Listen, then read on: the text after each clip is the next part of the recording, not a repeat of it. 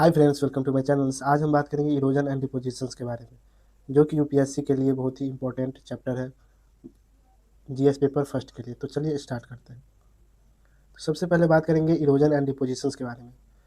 Erosion and deposition ये जो है removal of surface material by the natural agent.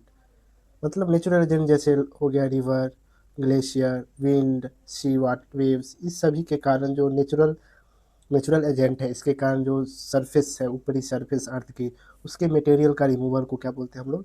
Erosion बोलते हैं। ठीक है। उसके बाद डिपोजिशंस, उसके बाद होने, इरोजन के बाद होने वाले जो प्रोसेस है वो उसको बोलते हैं हम डिपोजिशंस। मतलब जो इरोजन के बाद जो रिमूव होते हैं मटेरियल्स किसी जगह पर, तो दूसरी जगह क्या होंगे? वो लाई होंगे, लाइंग डाउन, मतलब कहीं जमा होंगे। तो इरोड होने के बाद क्या होते हैं? वो कहीं जमा होते हैं, जिसके कारण एक न्यू फॉर्म लैंडफॉर्म बनता है। ठीक है। तो अब बात करेंगे हम लोग एजेंट के। एजेंट में बताएं कि एक रिवर होता है, ग्लेशियर, विंड और सी वेव्स, ये चार क्या है? एजेंट है। तो चलिए देखते हैं आगे। तो सबसे पहले erosions and deposition by the river. River के द्वारा जितने भी डिपोजिशंस और इरोजन होते हैं वो देख लेंगे। तो सबसे पहले जो इरोजन होते हैं वो होता है वी शेप वैली का निर्माण। वी शेप वैली का निर्माण बनता है जैसे यहाँ दिखाया गया है। क्या होता है? जो नदी है, रिवर्स बहती रहती है, तो उस जगह जहाँ से बहती है उसमें एक वी शेप्स की वैली बन जाती है, वी आकार की, जिससे होकर क्या रिवर फ्लो होती है। उसके बाद लेटरल इरोजन्स मिंडर। मिंडर मतलब होता है ये वाला मिंडर।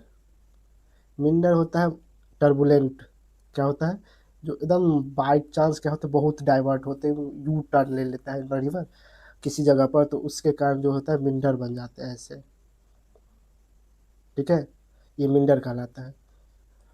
और heater hard ward erosions river captures, और ज़्यादातर इरोजन्स हार्ड सरफेस पे रिवर के द्वारा होते हैं। अब डिपोजिशंस के बाद बात करें तो डिपोजिशन, जैसा कि इरोजन के बाद जो डिपोजिशंस फॉर्म होता ही है, जहाँ इरोजन होगा, कहीं एक जगह इरोजन होगा तो दूसरी जगह क्या होगा? डिपोजिशन का इफेक्ट पड़ेगा। मतलब अगर बाढ़ आ गई, बाढ़ बाढ़ के कारण जो रिवर ओवरफ्लो हो जाते हैं, तो ओवरफ्लो हो जाने के कारण कई जो ओवरफ्लो हो जाने के कारण क्या होते हैं? ज़्यादा क्षेत्र में क्या होते हैं? पानी फैल जाते हैं, जैसा कि आप इस पिक्चर में देख रहे होंगे। ठीक है।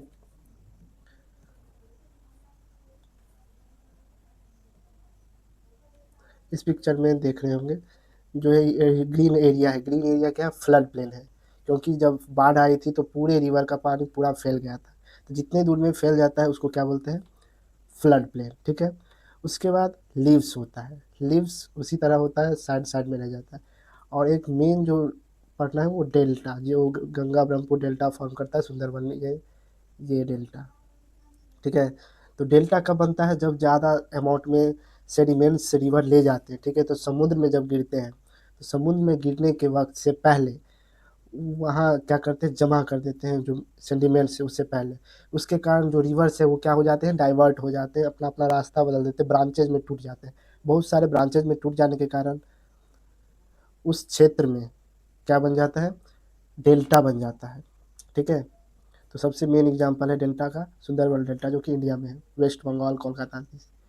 उसके बाद बात करते हैं erosion and deposition by glacier. Glacier के कारण जो इरोजन्स होते हैं, मतलब जो ग्लेशियर माउंटेन एरिया में, पहाड़ी एरिया में जो बर्फ जमे होते हैं, वहाँ पर ग्लेशियर बनते हैं। ग्लेशियर के स्लाइड होने से क्या होता है? तो इरोजन होते हैं। मतलब एक होता है एवेसेंस इरोजन। एवेसेंस इरोजन मीन्स क्या होता है? या यू शेप फॉर्मेशन वैली, एवेसेंस इरोजन्स, यू शेप वैली, ये सब बनते हैं। जैसे ये यू से बना है, रिवर के द्वारा कौन सा फॉर्म बनाता है वैली? तो वी से। और यहाँ यू से बनता है, यू से, ग्लेशियर के इरोजन्स के कारण। ठीक है। और सिरकस बनते हैं, सिरकस, ये रहा सिरकस। इस टाइप के सिरकस बनते हैं, जैसे स्लाइड हो जाता है इधर, तो ऊपर वाला जो बर्फ का एरिया है वो क्या होगा? स्लाइड होके नीचे चला गया, जिसके कारण यहाँ पर सिरकस बन गया। ठीक है। उसके बाद जो डिपोजिशंस, इसके कारण डिपोजिशंस बन जाते हैं, तो ड्रोमिल, उसके बाद मोरेंस, लेटरल, मिडरल, टर्मिनल, 3 प्रकार के मोरेंस बनते हैं। तो मोरेंस इस प्रकार के होंगे। जब जो क्या होते हैं वो ग्लेशियर ढुलकते हैं, मतलब गिरते हैं, इरोजन होता है, तो बीच बीच में जो माउंटेन के जो टुकड़े बच जाते हैं ऊपर की ओर उठे हुए, जैसे माउंटेन पहाड़ की तरह, उसको हम मोरेंस बोलते हैं। ठीक है। बेस्ट एग्जांपल है गंगोत्री ग्लेशियर हिमालयन। तो हिमालयन में गंगोत्री ग्लेशियर में क्या है, ये बेस्ट एग्जांपल है। यहाँ पर इरोजन और जो डिपोजिशन होते हैं सभी फॉर्म यहाँ मिल जाते हैं। ठीक है, चलिए आगे बढ़ते हैं। उसके बाद करते हैं विंड द्वारा इरोजन, जो कि मोस्ट इंपॉर्टेंट है। विंड द्वारा जो इरोजन होता है इससे डिफ्लेशन बनता है। डिफ्लेशन मीन्स क्या होता है, देखो ये जो पिक्चर दिख रही है, ये पिक्चर, इसमें डिफ्लेशन मतलब फर्स्ट स्टेज में क्या, ऊपरी लेयर विंड द्वारा क्या हो गया, इरोड हो गया, मतलब इरोजन हो गया, रिमूव हो गया। उसके बाद फिर धीरे धीरे रिमूव होते होते वो नीचे चला आता है, मतलब पतली लेयर बच जाती है। रिमूवल ऑफ लूजी पार्टिकल, जो सरफेस पे लूजी पार्टिकल होते हैं उसके रिमूवर को क्या बोलते हैं, डिफ्लेशन। उसके बाद एब्रेशन। एब्रेशन मीन्स होता है सैंड ब्लास्टिंग, मतलब कोई रॉक्स है, ठीक है, ये पिक्चर देखो, ये पिक्चर दिख रही होगी, ये पिक्चर, ये क्या है, तो एब्रेशन है। तो सैंड को क्या करता है, सैंड द्वारा हवा से ले जाते हैं सैंड, और पत्थर पर, स्टोन पर वो टकराने से क्या बन जाते हैं, एब्रेशन, जो कि धीरे धीरे एक पहले सैंड का अटैक हुआ यहाँ पर, उसके बाद प्लेन सरफेस बना दिया गया, उसके बाद धीरे धीरे ये राउंडेड से बन जाता है, राउंडेड राउंडेड स्तूप की तरह। ठीक है, तो इस तरह बनते हैं। उसके बाद डिपोजिशंस के कारण, जो डिपोजिशंस है, ठीक है, डिपोजिशंस के कारण क्या बनते हैं, सैंड ड्यून्स। जैसा कि आप लोग देख रहे हैं इस पिक्चर में, सैंड ड्यून्स बनते हैं। सैंड ड्यून्स मीन्स जो कि रेगिस्तानी एरिया में, इसका best example Rajasthan desert, Thar desert. और विंड इरोजन्स मरुस्थलीय भूमि में ही क्या होते हैं, बनते हैं। उसके बाद बात करें तो depositions and the erosions by the sea wave, जो समुद्र में वेव्स जनरेट होते हैं, वेव्स, तरंगे, लहर, ज्वार भाटा, ये सब जो वेव्स जनरेट होते हैं उसके कारण जो इरोजन होते हैं, उसके कारण क्लिफ बनते हैं, सी केव्स बनते हैं, आर्क स्टैक, ये सब बनते हैं। और हाइड्रोलिक कॉजेज एब्रेशन। एब्रेशन यहाँ भी एब्रेशन जैसा कि देखें, एक फॉर्म शेप, किसी भी शेप को बदल देना, किसी भी अर्थ लैंड फॉर्म को शेप रीशेप कर देना, इसको बोलते हैं एब्रेशन। ठीक है, तो एब्रेशन के क्लिफ बनते हैं। क्लिफ जैसा कि आप लोग इस पिक्चर में देख रहे हैं, मीन्स क्या होता है कि कोई जो समुद्र तट के इलाका है या टापू है या आइलैंड है, उसके समुद्र और उसके बीच के जो बीच वाला हिस्सा होता है, ठीक है, संपर्क, कंटैक्ट सरफेस, उसको सीधा 90 डिग्री तक कट कर देता है। कट 90 डिग्री क्या होता है, स्लोप की तरह नहीं होता, वो सीधा 90 डिग्री क्या होता है, स्लोप होता है। इसको बोलते हैं क्लिफ्ट। और सी कैप जैसा कि आप लोग इस पिक्चर में देख रहे हैं, ठीक है, ये पिक्चर जो देख रहे हैं इसमें सी कैप से यहाँ पर क्या हो जाते हैं, कैप्स बन जाते हैं लगातार सी वेव्स के कारण। ठीक है, उसके बाद बीच तो जानते ही आप लोग, गोवा बीच, जो मतलब समुद्र किनारे वाले स्थान को, प्लेस को बीच बोलते हैं। ठीक है, जहाँ पर लैंड और सी का मेल होता है उसको क्या बोलते हैं, बीच बोलते हैं। डिपोजिशन, ये सब डिपोजिशंस के कारण हुआ। जो सी वाटर है, सी वेव्स है, वो लगातार वेव्स को क्या करते हैं, लैंड पर पहुंचा देते हैं, जिसके कारण जो वहाँ की मिट्टी है, रेतीली मिट्टी ज़्यादातर होती है। उसके बाद लैनून। लैनून सबसे बेस्ट एग्जाम्पल है। लैनून मतलब होता है कोई भी समुद्री इलाका, ठीक है, समुद्र और जो लैंड है, मान लो ये समुद्र है, ठीक है, बह रही है, इधर समुद्र है, ठीक, इधर लैंड है, और इसका पानी अगर इसमें आकर जमा हो जाता है, ठीक है, और ये कट जाता है, तो ये जो पानी है समुद्र के साइड में जो बना लैंड के एरिया में, इसको बोलते हैं लैनून। क्या बोलते हैं, लैनून।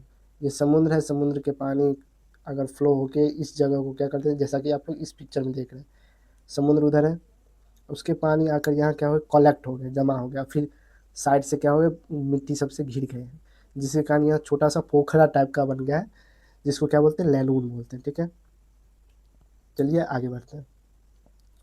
अब इंडियन एग्जाम्पल देख लेते हैं। तो रिवर के एजेंट के द्वारा, रिवर के द्वारा वी शेप्स वैली बनते हैं, ग्लेशियर के द्वारा यू शेप वैली बनते हैं, विंड के द्वारा मशरूम रॉक्स का क्या होता है, फॉर्मेशन होता है, और सी के द्वारा सी क्लिफ। ठीक है, और इसके फीचर्स के बारे में बात है तो V shape, Sundarban delta, depositions, ये इरोजन हो गई, डिपोजिशंस फीचर है सुंदरबन डेल्टा।